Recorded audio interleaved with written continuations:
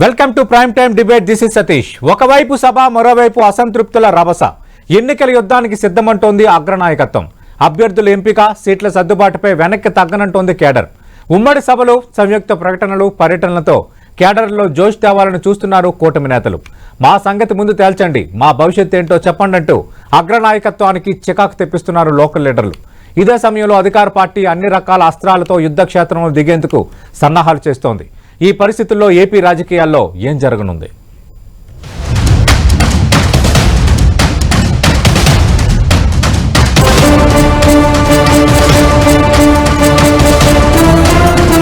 ఏపీలో అసెంబ్లీ ఎన్నికలకు సమయం సమీపిస్తోంది. మరో 10-15 రోజుల్లో ఎన్నికల షెడ్యూల్ విడుదలయ్యే అవకాశముంది. ఇక వచ్చే 45 రోజుల్లోనే ఎన్నికలు జరిగే పరిస్థితులు కనిపిస్తున్నాయి. దీంతో ఎన్నికల సమరానికి అధికార ప్రతిపక్షాలు సిద్ధంగా ఉన్నాయి. అధికార వైసీపీ ఇప్పటికే చాలా నియోజకవర్గాల్లో మార్పులు చేసి 45 రోజుల యాక్షన్ ప్లాన్ ప్రకటించింది. వచ్చే 45 రోజుల్లో కనీసం 4-5 సార్లు ఓటర్లను కలవాలని ప్లాన్ చేస్తోంది వైసీపీ. ఇదే సమయంలో ప్రతిపక్ష పార్టీ ఇంకా అభ్యర్థుల ప్రకటనపై నాంచుతోంది. ప్రస్తుతానికి 99 నియోజకవర్గాలకు ఉమ్మడిగా అభ్యర్థులను ప్రకటించాయి జనసేన, టీడీపీ. అయితే ఈ 99లో చాలా చోట్ల అసంతృప్తులు చల్లారడం లేదు. ఇక జనసేనలోనూ సీట్ల లొల్లి పెరుగుతుండటంతో కూటమి రాజకీయం గందరగోళంగా కనిపిస్తోంది.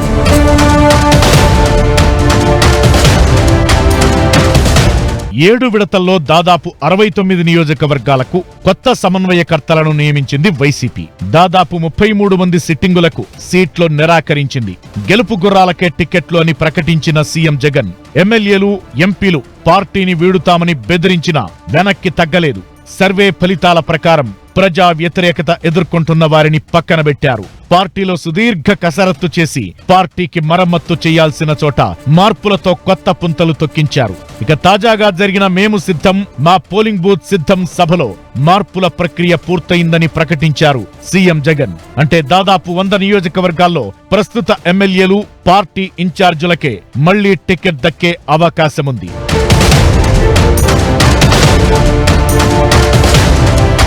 సీఎం జగన్ ప్రకటనతో ఇక వైసీపీలో మార్పులు మరి లేనట్లేనని భావిస్తున్నారు. దాదాపు ఇన్ఛార్జీలందరికీ టికెట్లు ఇస్తామని 1-2 చోట్ల మాత్రమే మార్పులుంటాయని సీఎం చెప్పడంతో వైసీపీ ఎమ్మెల్యేలో హుషారు పెరిగింది. 7 విడతల్లో మార్పులు చేయడం, 33 మందిని పక్కనబెట్టి మరికొందరిని నియోజకవర్గాలు మార్చడంతో సిట్టింగ్ ఎమ్మెల్యేలో ఇన్నాళ్లు అలజడి కనిపించింది. తమకు టికెట్లు దక్కుతాయా లేదా అన్న టెన్షన్ ఎక్కువగా ఉండేది. సీఎం జగన్ భరోసాతో మిగిలిన ఎమ్మెల్యేలు తమ సీటు సేఫ్ అనుకుంటూ హ్యాపీగా ఫీల్ అవుతున్నారు. అంతేకాకుండా వచ్చే 45 రోజులు ఏం చేయాలో, ఎలాంటి వ్యూహాలు అనుసరించాలో అన్నదానిపై ఎమ్మెల్యేలు, ఇన్ఛార్జీలకు కర్తవ్య బోధ చేశారు సీఎం జగన్. ఎన్నికల యుద్ధానికి సకల అస్త్రాలు సిద్ధం చేసుకుని ప్రజాక్షేత్రంలో తిరగాలని సూచించారు. ఇలా వైసీపీ సమరోత్సాహంతో ప్రజల్లో దూసుకుపోయే ప్రయత్నం చేస్తుండగా ప్రతిపక్ష టీడీపీ, జనసేన కూటమి మాత్రం ఇంకా ఎలా ముందుకెళ్లాలో తేల్చుకోలేకపోతోంది.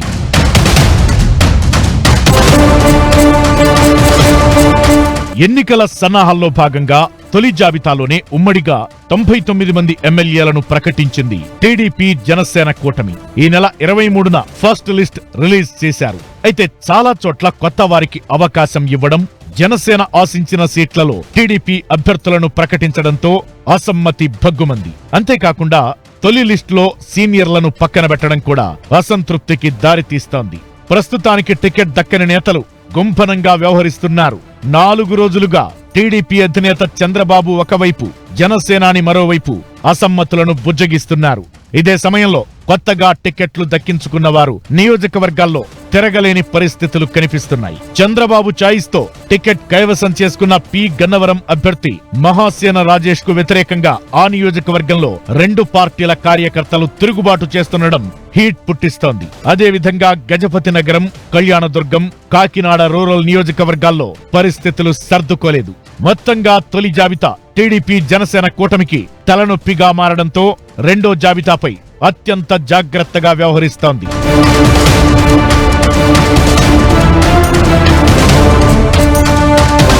ఇంకోవైపు కూటమి నుంచి టీడీపీ రా కదిలిరా సభలు నిర్వహిస్తోంది. జనసేనాని పవన్ వారాహి యాత్ర పత్తా లేకుండా పోయింది. ఇప్పుడు ఉమ్మడిగా తాడేపల్లిగూడెంలో ఏర్పాటు చేసిన జెండా సభ తర్వాతైనా పరిస్థితుల్లో ఏమైనా మార్పు వస్తుందా అన్నది ఆసక్తికరంగా మారింది. కూటమి పార్టీలు సభలకే పరిమితమవగా అధికార పార్టీ జనం బాట పట్టడం ద్వారా ప్రతిపక్షంపై పై చేయి సాధించినట్లు కనిపిస్తోంది.